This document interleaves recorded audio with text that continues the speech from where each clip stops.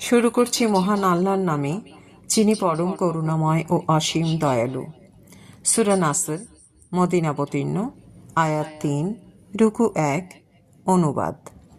যখন আল্লাহর সাহায্য বিজয় আসবে এবং তুমি মানুষকে দলে দলে আল্লাহর দ্বীনে গ্রহণ করতে দেখবে, তখন তুমি তোমার পালনকর্তার প্রশংসা দ্বারা পবিত্রতা ও মহিমা ঘোষণা করবে এবং তার ক্ষমা প্রার্থনা করবে।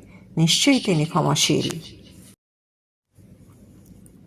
শুরু করছি মহান আল্লাহর নামে, যিনি পরম করুণাময় ও অসীম দয়ালু। সূরা নাসর, মদিনাবতীর্ণ, আয়াত ৩, রুকু ১, অনুবাদ।